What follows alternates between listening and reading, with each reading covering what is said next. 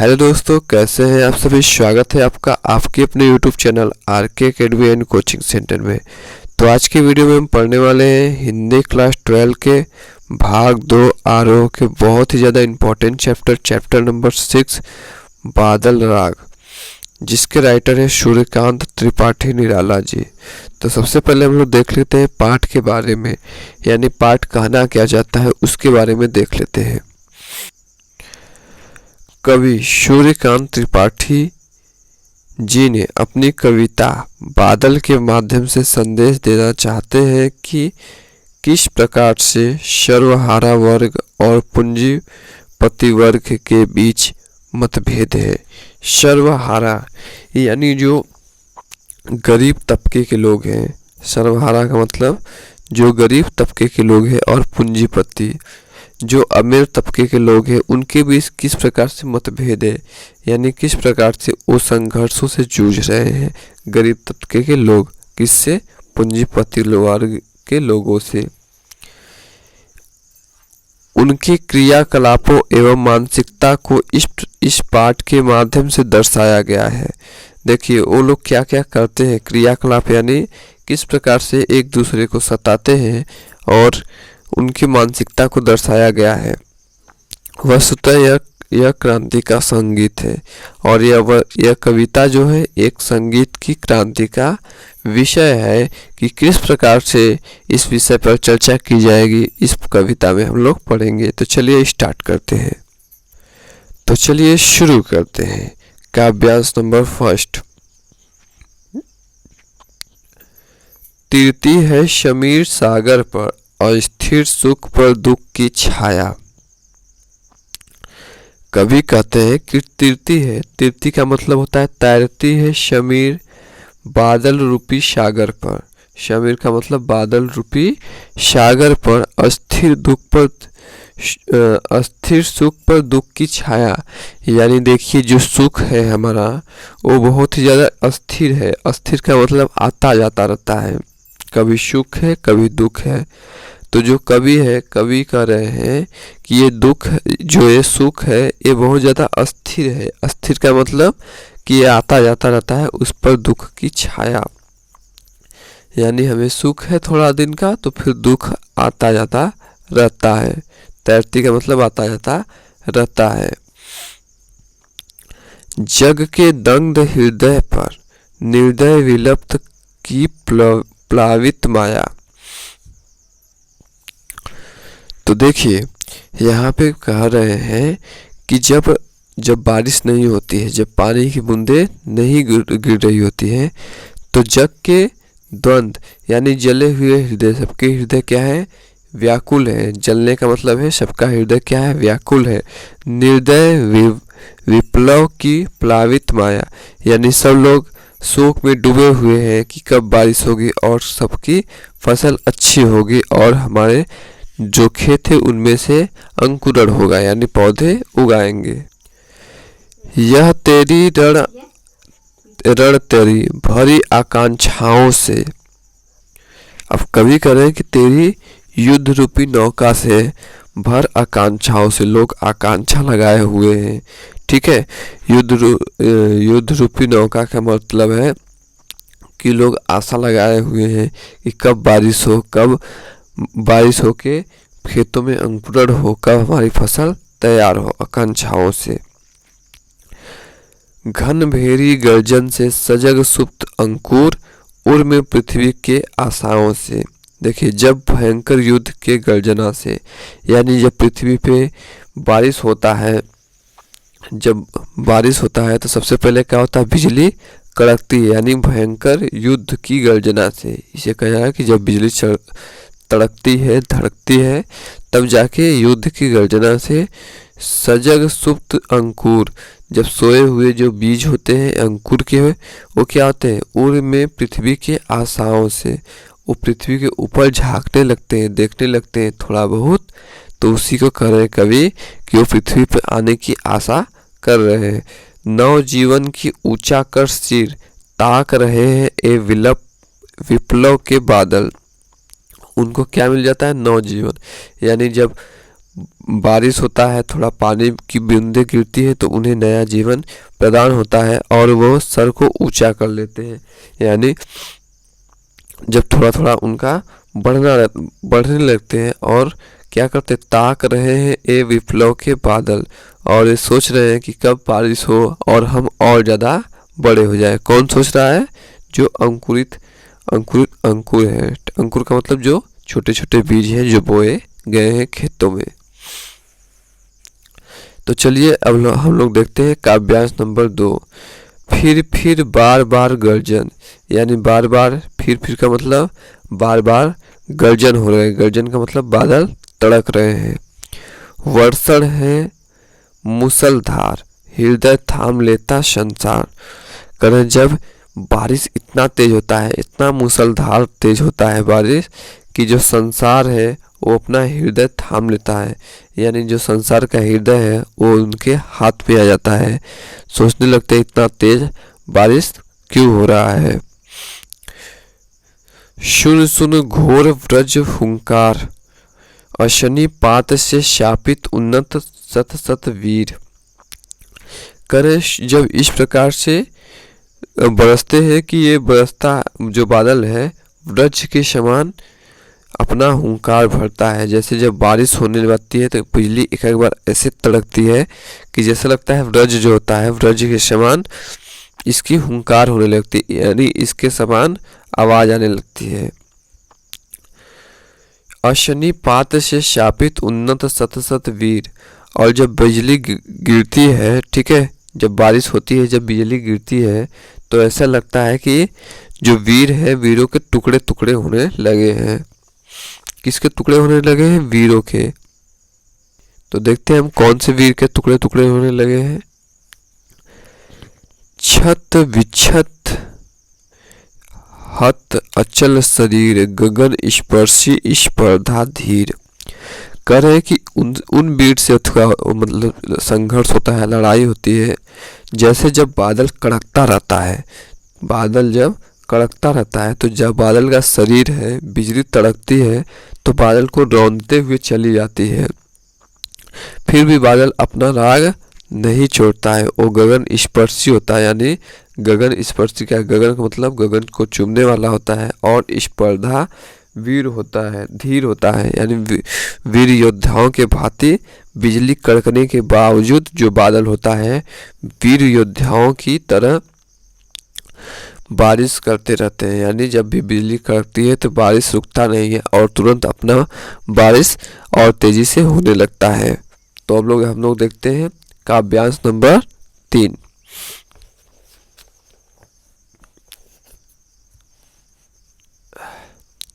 हंसते हैं छोटे पौधे लघु भार, शस्य अपार हिल हिल खिल खिल।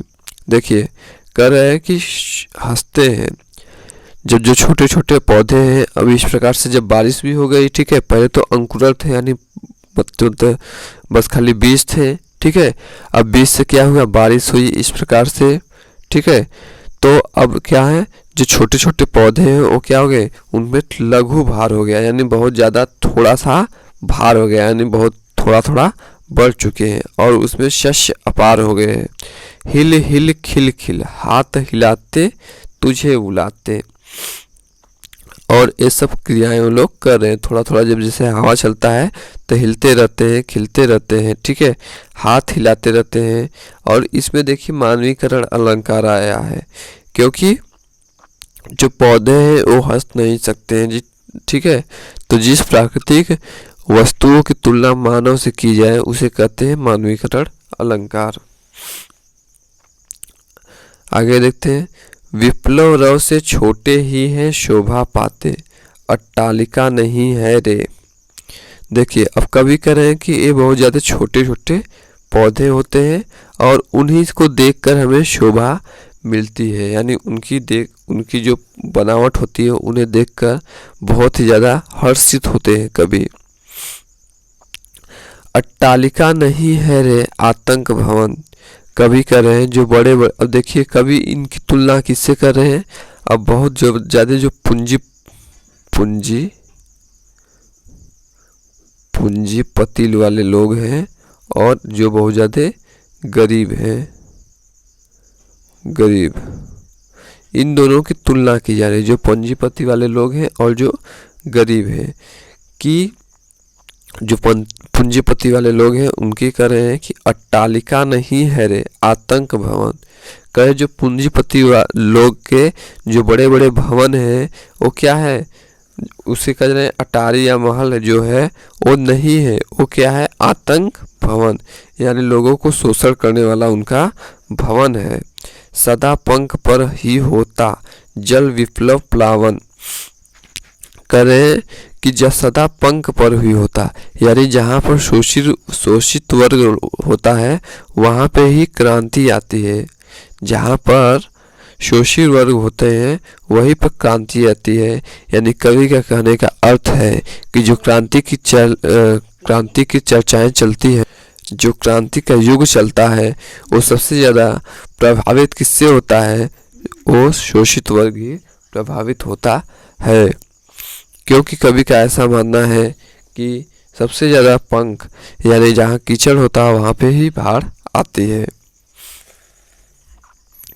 क्षुद्र प्रफुल्ल जलद से सदा छलकता नीर, यानी जिस प्रकार से जलद है, जलद